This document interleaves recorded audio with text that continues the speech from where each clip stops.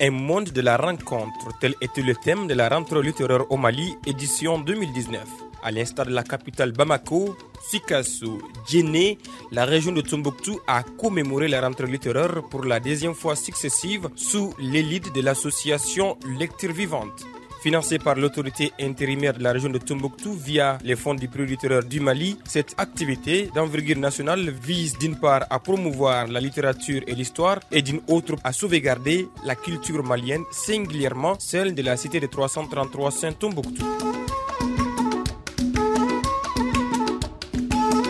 À ce stade de mon propos, je tiens à saluer les initiatives de lecture vivante qui, contre vents et marées, se battent pour faire vivre la culture, la lecture et l'écriture. Comme vous le savez, les causes qui défendent la lecture vivante sont nobles et salutaires et il faut le soutien de tous. Mesdames et messieurs, la lecture vivante représente un catalyseur de développement qui permettra, j'en suis convaincu, de valoriser notre culture. Puisque c'est important pour nous de développer le goût de la lecture chez les jeunes, chez nos amis, chez nos petits frères et petites sœurs.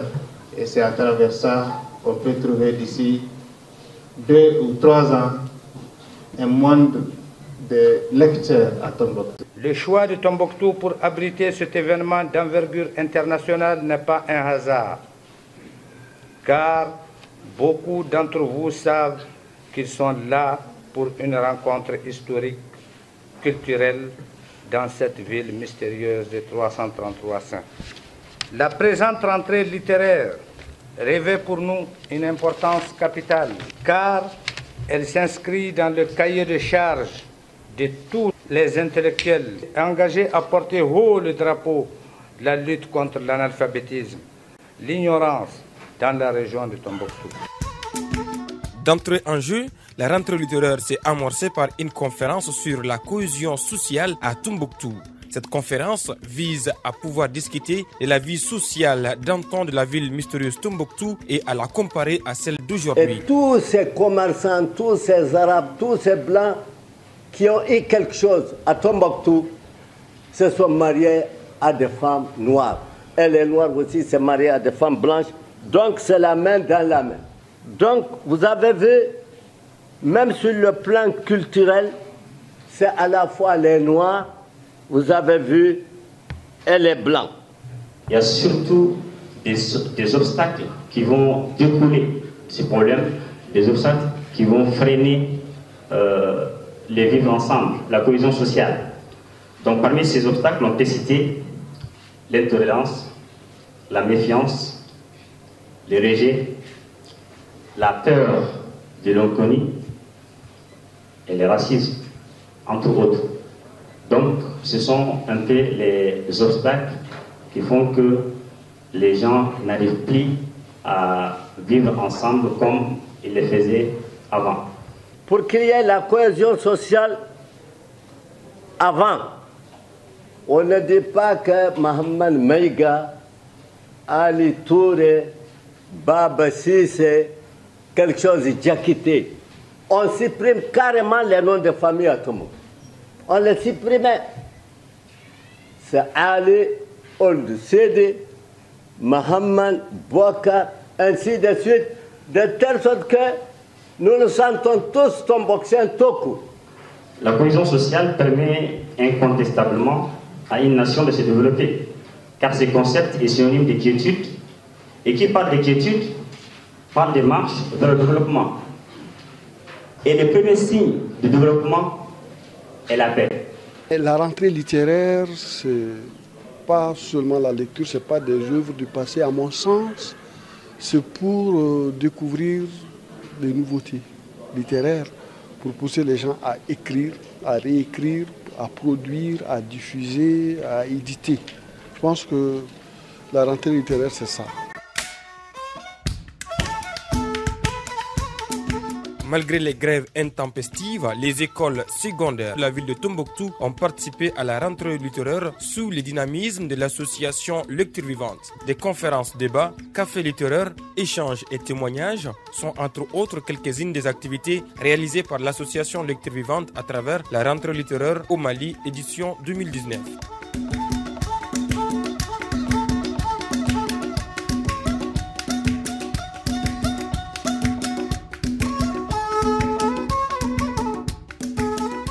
Encyclopédie Tombouctou Patrimoine.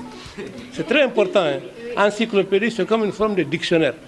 Et c'est vraiment académique, c'est de haut niveau. Donc moi, mon objectif est de confectionner ou bien d'élaborer un livre sur Tombouctou appelé Encyclopédie Tombouctou Patrimoine. L'école William Ponty, c'est la plus grande école académique qu'on ait jamais créée en Afrique. Le président Modibo Keïta est sorti de là-bas.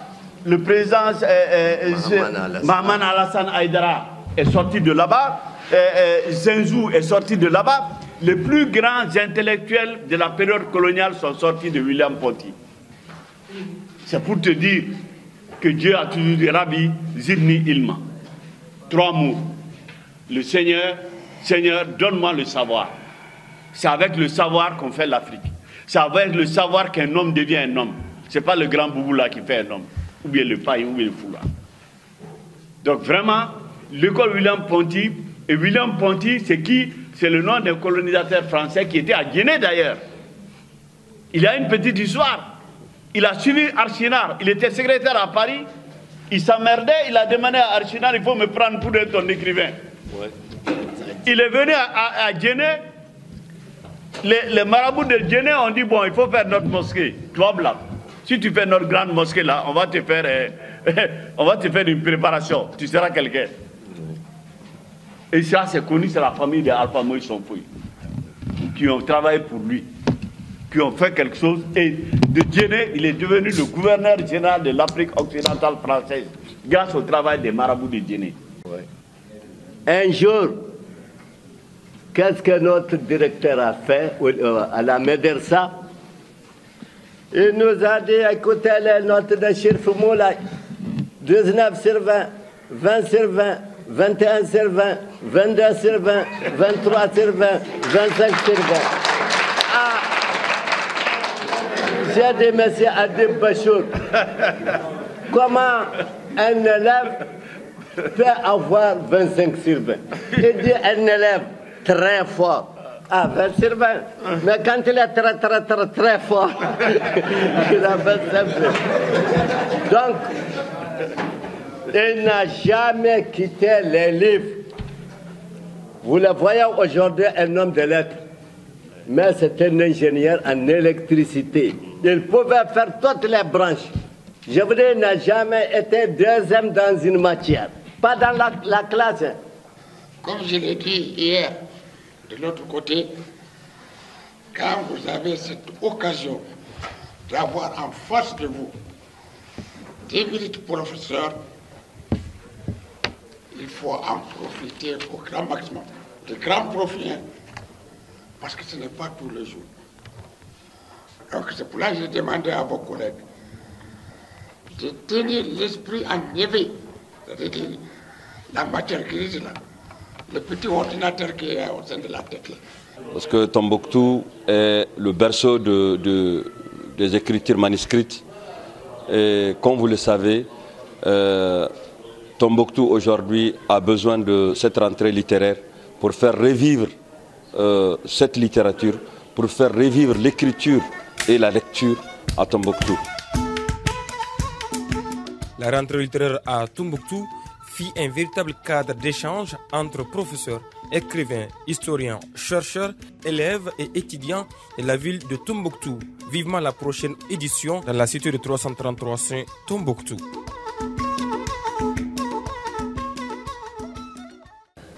On n'est rien du tout. L'éducation, ça commence à même sur linguiste. Avant qu'un enfant vienne au monde, il apprend la langue dans le fœtus, dans le ventre de sa mère. Avant qu'il vienne, il reste 9 mois dans le ventre de la mère. Et pendant 9 mois, il n'est en contact avec personne. Il est comme dans un studio d'enregistrement. Quand il est dans un milieu sorail, il capte déjà des sons sorail. Quand il est dans un milieu bamana, il capte des sons sorail. Quand il est dans un milieu français, il capte des deux sorail. Je vous prends un exemple sur linguiste, il va dire les labiales. Quand il va venir au monde d'abord, qu'est-ce qu'il fait d'abord? Pour dire que l'enfant est là, comment on sait? Il crie. Si l'enfant n'aimait pas un cri, on dit qu'il est mort ou il a un problème. premier son, il crie. Et ce son est fondamental sur tout le reste de sa vie. Parce que souvent, ça peut être un trouble même du langage. Et quand il grandit dans l'environnement de sa mère, il va dire, ici, on voit des babas, les trois vont papa, pipi, pipi. Est-ce qu'on dit ça comme oui, mais chacun dit de sa manière, à cause de son environnement. Papa et baba, c'est la même chose. Au niveau labial, c'est des sons. Peu. Donc l'enfant, il prend le mot papa quand il est dans un milieu français et quand il est dans un milieu africain, on dit papa. Donc ça veut dire que le rôle fondamental, c'est la mère. Hein. La première école dans laquelle l'enfant est, c'est quand il est fœtus. Lecture vivante, quelle belle association. C'est une association qui est en train de vraiment revaloriser Tombouctou dans toute sa dimension, sur le plan éducatif, sur le plan culturel et sur le plan instructif. Vraiment, je souhaite que cette association puisse avoir une longévité de mesurer pour qu'on puisse cadrer les nouvelles générations à apprendre beaucoup sur la culture africaine, précisément de Tombouctou. Dans sa véritable récréation.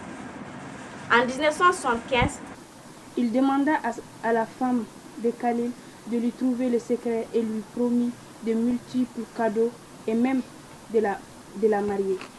La femme usa donc de son talent de femme et arriva à ses fins. Je suis Salava gâté par Anna Aina, à moi le Teisi Tenjera Djinger. Anti-héros, je suis héros aussi. Par la bravoure et la détermination, j'ai transmis le vil métal pire en or. Je suis le cri de cœur de cette belle, absorbée par le labeur énorme. Voici que furtif passe l'Almali, clémence pour ses braves, par l'intercession des saints, par la faveur de Boukra Tahi. Je suis toutes ces danses, je suis tous ces messages, je suis les poules profondes des mystères, je suis l'expression des hommages, je suis le régulateur de bavardage, je suis le chant utile, je suis le cri subtil, je suis la danse fertile, je suis l'expression corporelle, je suis expression temporelle, je suis expression sempiternelle. Le Tombouctou ne fréquente pas n'importe quel milieu, contrairement à l'esclavage qui va et vient où bon lui semble. Le Tombouctou doit participer moralement, matériellement et financièrement à toutes les activités de la vie sociale. Assister au mariage, aller à toutes les prières dans les mosquées, à la prière de vendredi, aller saluer les gens, avoir un métier, etc., etc. Donc, tout Tombouctien qui ne le fait pas est considéré comme un esclave. Parce que l'esclave, il y a certaines choses qu'il peut faire, mais Dieu lui pardonne parce qu'il n'a pas le temps, il travaille pour ses maîtres, ça c'est dans l'ancien temps, pas aujourd'hui. Mais le Tombouctien, c'est celui qui le mérite. La nuit, donc, l'imam demanda à sa famille de prononcer les grands noms au nom de Dieu, clément et miséricordieux sur tous les ustensiles, ce qui fut fait. Lui-même se chargea du ciel et de la terre. La nuit, Fandjour vint pour entrer dans la demeure. Il engagea. Il demanda à la femme de Khalil de lui trouver le secret et lui promit de multiples cadeaux et même de la marier. La femme usa donc de son talent de femme et arriva à ses fins. Et ce texte a été écrit en 2004. Donc, les choses ont évolué de façon négative jusque-là. Et cela interpelle surtout les jeunes. Surtout les jeunes parce que quand on décrit ce qui a été, ce n'est pas pour vous dire faites comme ça. Non, c'est pour vous dire qu'il y a un certain nombre de valeurs qui sont là. Vous pouvez apporter un plus, mais conserver l'essentiel, conserver ce qui est bon. L'éducation à Tombouctou, c'était l'homme, la femme. C'était les voisins. C'était tout le monde à la fois. Mais maintenant, on ne peut pas. Même dans votre propre maison, si vous voulez éduquer vos enfants d'une certaine manière, si madame ne veut pas, Mais ça ne se fait pas. Quelle est la différence entre sécularisation et acculturation? Donc l'acculturation est quelque chose d'extrêmement grave parce que c'est la perte d'identité. C'est le meilleur moyen de détruire un homme. Si on le tue, ce n'est rien. Tuer un homme, on tue tous les jours les hommes. Le plus grave, c'est de tuer sa culture. Et je sais que les djihadistes ont tenté ici. Ils ont essayé de détruire la culture, les manuscrits, le symbole Al-Farouk, parce que c'est là où ils savent qu'ils vont faire mal aux gens. Tu tues les gens, ça ne fait... Mais quand tu tues une personne, c'est son âme.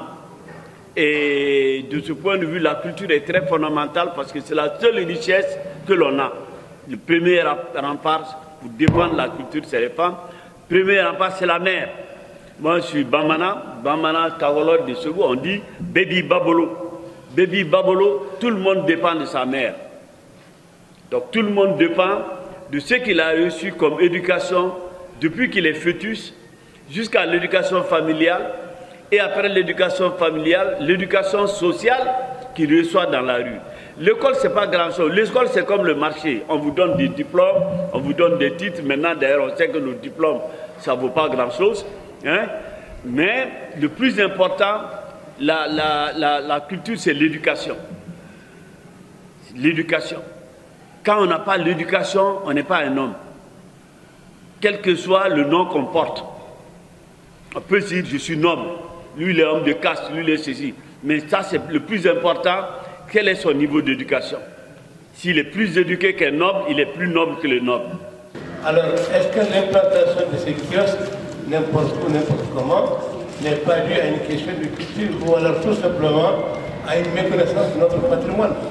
On sait que les gens qui mettent les kiosques là, hein, on sait qu'ils ont des liens politiques là.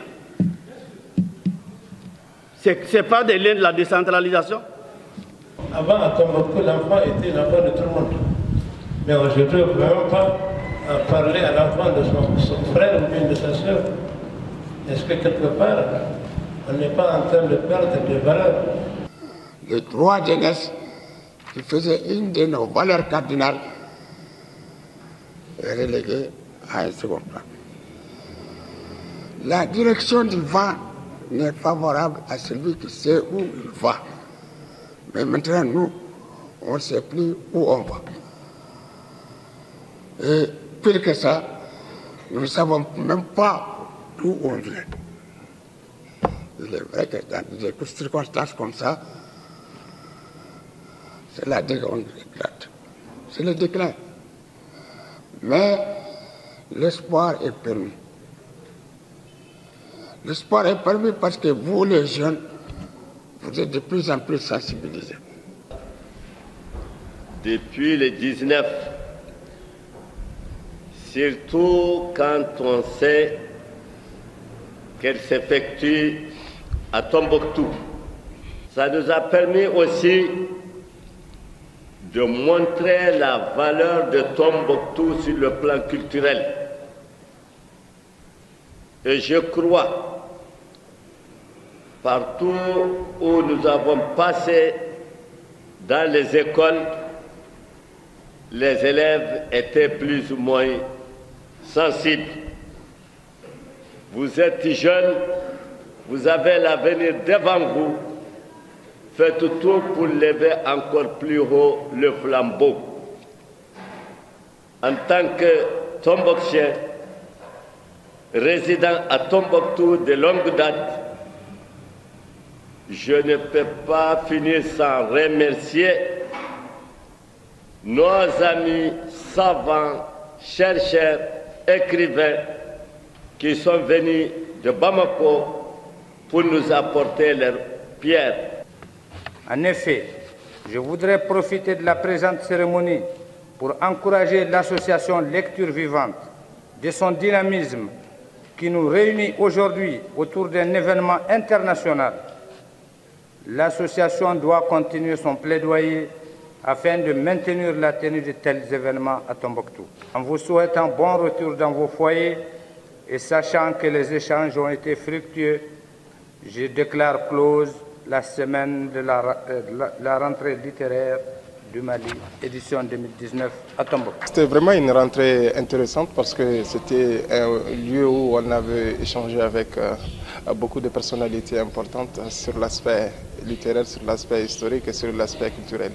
Et c'était un lieu où on a beaucoup fait de débats sur le livre, et le livre que certains élèves ne donnent pas une considération, surtout avec la nouvelle technologie. Et c'est pour donner un intérêt particulier au livre, pour que les élèves puissent apprendre beaucoup de livres sur des auteurs littéraires, historiques et surtout sur des hommes de culture.